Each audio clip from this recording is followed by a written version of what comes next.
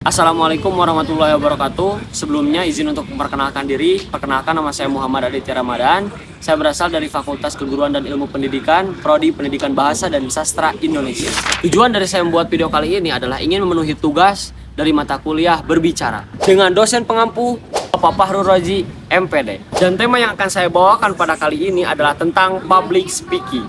Sebelum kita membahas lebih jauh tentang apa itu public speaking, jadi kita harus bongkar terlebih dahulu kata per kata tentang public speaking, ataupun apa sih yang disebut dengan public speaking itu? Yang disebut dengan public speaking itu dimulai dari kata public. Public itu artinya keramaian ataupun depan orang banyak. Terus speaking adalah berbicara. Jadi ketika disatukan antara public dan speaking adalah berbicara di depan orang banyak. Atau dalam KBBI bisa diartikan sebagai keterampilan dalam berbicara. Dalam public speaking juga ada 7 komponen penting yang harus ada dalam public speaking. Apa saja? Yang pertama adalah pembicara. Wajib halnya, karena ketika kita berbicara tentang public speaking adalah yang pembicara ataupun orang yang berbicara seperti apa. Contohnya seperti ini. Saya juga bisa disebutkan dalam komponen yang 7 itu adalah seorang yang pembicara. Yang kedua adalah pesan yang disampaikan. Oh, jelas. Karena ketika kita dalam seni ataupun dalam berbicara itu harus ada pesan yang disampaikan supaya ada suatu keuntungan buat orang-orang yang mendengarnya gitu kan. Jadi supaya kita dalam berbicara itu tidak kosong ataupun tidak hanya sampah yang dibicarakan, tetapi ada isi yang harus kita bicarakan atau ada isi yang harus kita bahas dalam public speaking tersebut.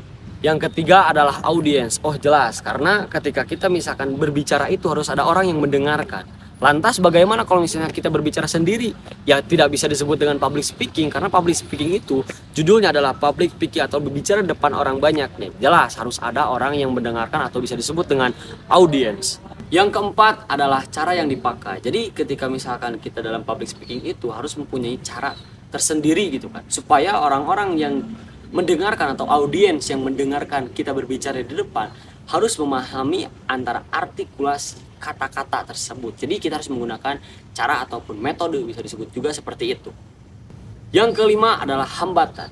Jadi ketika kita menjadi seorang pembicara di depan, kita tuh harus memahami apa sih hambatan kita ketika berbicara di depan, supaya kita itu memahami ngomong itu tidak secara ngomong doang gitu kan. Jadi kita tuh harus paham hambatan ketika kita berbicara di depan tuh apaan sih gitu kan.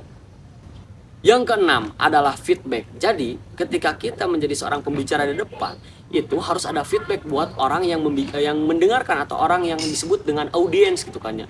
Jadi ketika misalkan audiens mendengar itu hanya tidak cuman mendengar doang gitu kan. Jadi tapi ada feedback yang bisa didapatkan dari seseorang yang berbicara di depan. Sekarang yang terakhir adalah yang ketujuh, yaitu konteks. Jadi ketika kita menjadi seorang pembicara di depan itu harus ada konteks yang jelas, harus ada pembahasan atau yang jelas gitu kan. Jadi supaya ketika mendengarkan ataupun audiens itu tidak bingung gitu kan, apa sih yang sedang dibicarakan gitu kan. Jadi kita tuh harus mempunyai yang ketujuh adalah konteks yang dibicarakan. Sekarang yaitu tentang tujuan dari public speaking. Pastilah ada tujuan gitu kan. Ketika kita berbicara depan tuh pasti ada tujuan. Dari tujuan public speaking itu adalah menyampaikan informasi yang akan disampaikan gitu. Jadi ketika kita berbicara atau menjadi seorang pembicara itu harus ada pesan ataupun harus ada tujuan gitu kan. Tujuan kita tuh misalkan berbicara tuh seperti ini misalkannya. Tujuan kita contoh lah misalkan berbicara itu seperti ini tujuannya. Misalkan mengajak kepada teman-teman, yuk kita besok hari Rabu bersih-bersih gitu kan ya. Tujuannya buat apa ya? Tujuannya ya buat bersih-bersih gitu kan. Jadi ketika kita jadi pembicara, seorang yang pembicara itu harus ada tujuan yang jelas supaya audiens ataupun orang yang kita bicarakan di depan ini harus memahami apa sih tujuan dari pembicaraan tersebut. Jadi supaya enak ataupun supaya bisa lebih terarah lah gitu kan yang dibicarakan untuk seseorang yang mendengarkan. Mungkin segitu aja yang bisa saya sampaikan tentang apa sih yang disebut dengan public speaking. Tujuan dari public speaking mungkin segitulah yang bisa dapat saya sampaikan.